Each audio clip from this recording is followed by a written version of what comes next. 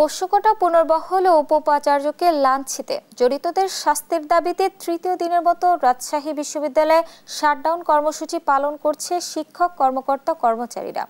এতে বন্ধ রয়েছে সব কার্যক্রম। মঙ্গলবার সকাল থেকে এই শাটডাউন কর্মসূচির পাশাপাশি সকাল 11টায় প্যারিস রোডে মানববন্ধন করেন আন্দোলনকারীরা। এ সময় দ্রুত দোষীদের শাস্তি না দিলে এই কর্মসূচি অব্যাহত থাকবে।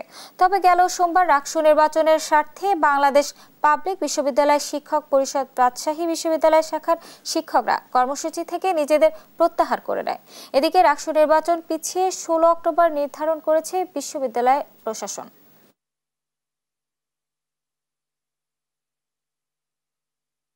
আমরা চাচ্ছিলাম যে রাকসু নির্বাচনের আগে প্রশাসন আমাদের সঙ্গে একটা আলোচনায় বসুক।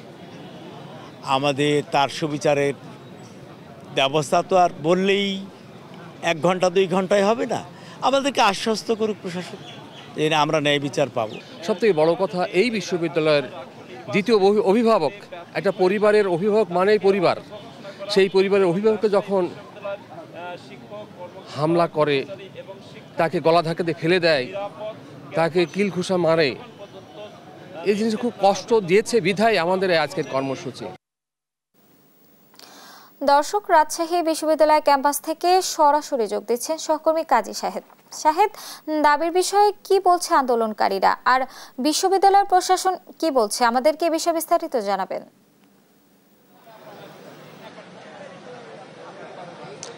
ধন্যবাদ পার্বণ।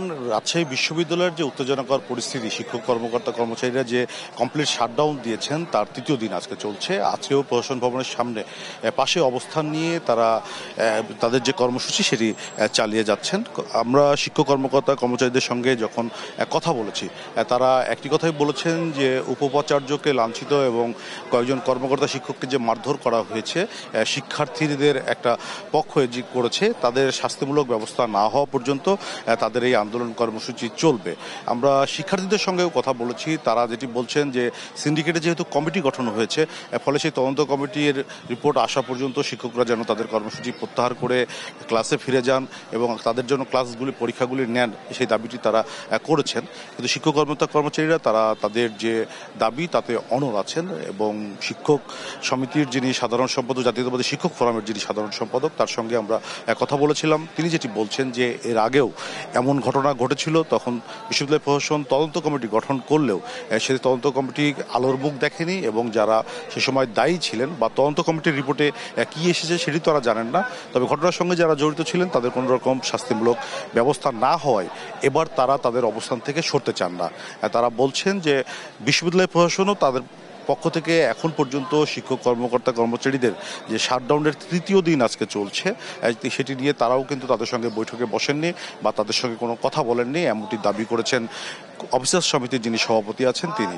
যদি তারা ন্যায় বিচার পাওয়ার আশ্বাস দিতে পারেন তাহলেই কেবল তাদের কর্মসূচি প্রত্যাহার হবে, এমনটি জানিয়েছেন অফিসার্স সমিতির যিনি সভাপতি আছেন মুক্তার হোসেন। আমরা সকাল থেকেই দেখেছি যে এখানে তারা অবস্থান নিয়েছেন শিক্ষক কর্মকর্তা কর্মচারীরা, পর্যায়ক্রমে অন্যরাও এখানে যোগদান করছেন এবং এখানে তাদের যে কর্মসূচি প্রতিদিন অফিস সময় পর্যন্ত তারা চালাবেন এটি বলা হচ্ছে। 28 তারিখ থেকে ক্যাম্পাস পুরোদমে পুজোর ছুটিতে যাবে, তারপরে তার আগে যদি বিষয়টি সুরাহা না হয় তারা এই কর্মসূচি চালিয়ে যাবেন।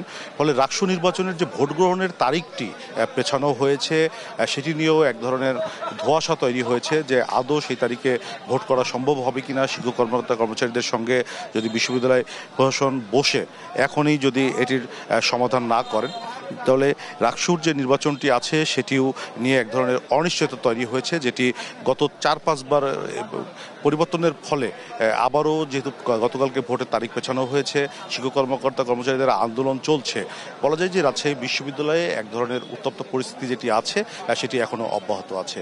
তো পার্বণ, এই ছিল রাজশাহী বিশ্ববিদ্যালয় থেকে আমার কাছে সর্বশেষ।